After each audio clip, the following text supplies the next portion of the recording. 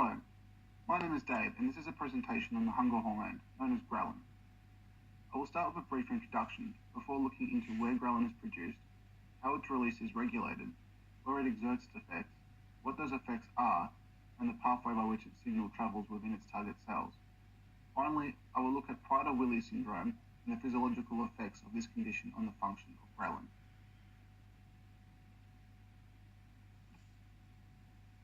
What is ghrelin? Ghrelin is a 28 amino acid acyl peptide hormone first discovered in 1999 by Kojima, Kengwa, and their colleagues.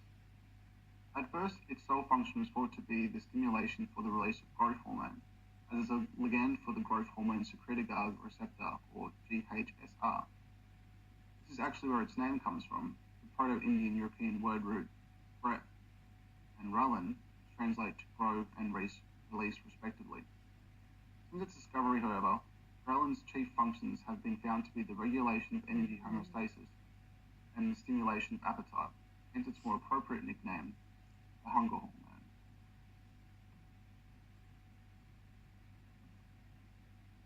Ghrelin production.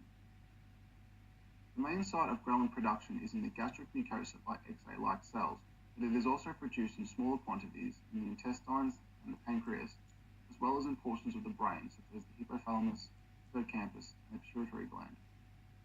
In these locations, an inactive form of ghrelin called pre-progrelin is translated by ghrelin mRNA before undergoing a post-translational modification to create the active form.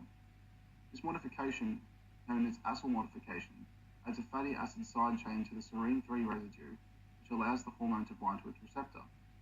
The enzyme responsible for catalyzing the modification is called ghrelin O acyltransferase, better known as its acronym GOAT.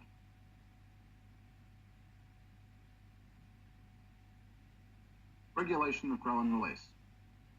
In the most basic way of looking at it, circulating levels of ghrelin increase the longer we have been deprived of food and decrease after eating a meal, proportional to the amount of calories and macronutrients consumed. However, as of all hormone regulatory systems, it's not that simple. For starters, the type of macronutrient consumed impacts the inhibition of ghrelin secretion differently, with lipids causing a relatively small decrease compared to glucose or amino acids. The cephalic phase also plays a part in its suppression, as sham feeding, which is a process that mimics food consumption without any of the digestion or absorption, has been found to decrease ghrelin levels as well. The autonomic nervous system, through its sympathetic arm, also brings about an increase in ghrelin secretion. Furthermore, ghrelin release is also regulated by other hormones including insulin, glucagon, growth hormone, and somatostatin, but the interactions of these hormones are not yet well understood. Insulin has been found in several studies to significantly inhibit ghrelin secretion. Glucagon is thought to stimulate the activity of ghrelin gene, leading to increased transcription. It's proposed that growth hormone exerts a negative feedback on both ghrelin's production and secretion, and somatostatin inhibits synthesis of ghrelin, most likely as part of a negative feedback loop, since ghrelin increases plasma levels of somatostatin.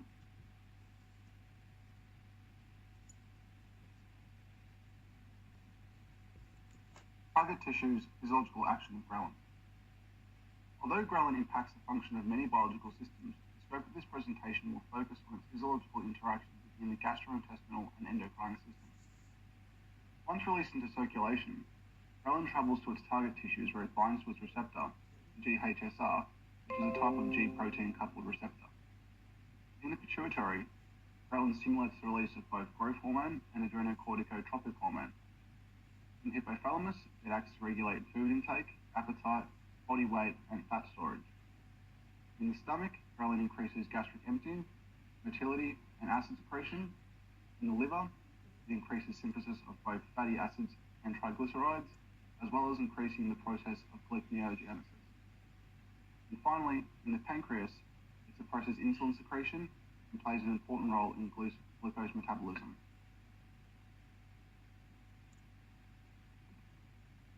Ghrelin cell signaling pathway.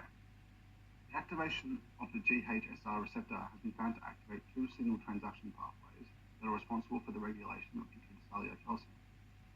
These are the adenylyl cyclase protein kinase A, or ACPKA pathway, and the phospholipase C protein kinase C, or PLC PAC-PKA pathway activates a ghrelin cyclase, which catalyzes ATP into cyclic adenosine monophosphate, or CAMP. CAMP then activates the enzyme PKA, which phosphorylates membrane-bound calcium channels, allowing calcium to enter the cell. The PLC-PKC pathway starts with activation of phospholipase C, which in turn catalyzes the hydrolysis of phosphate idinoacetyl, or 5-diphosphate, into inositol triphosphate, or IP3 for short, and diglycerol, or DAG.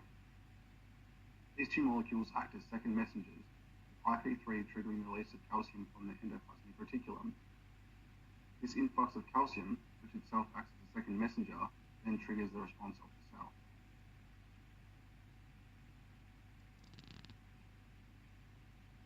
Prader-Willi syndrome. Prader-Willi syndrome, or PWS, is the most common genetic form of obesity. It is characterized by muscular hypertonia, excessive appetite, short stature, mental retardation, as well as deficiencies of both growth and sex hormones. Interestingly, in contrast to the norm for obese individuals, people diagnosed with PWS have been found to have excessively high ghrelin levels in their plasma. Due to the complex interaction between the affected hormones, it's difficult to identify what is the cause and what is the effect for many of the symptoms. However, the link between hunger and ghrelin most likely explains why people with PWS are generally obese and have excessive appetites.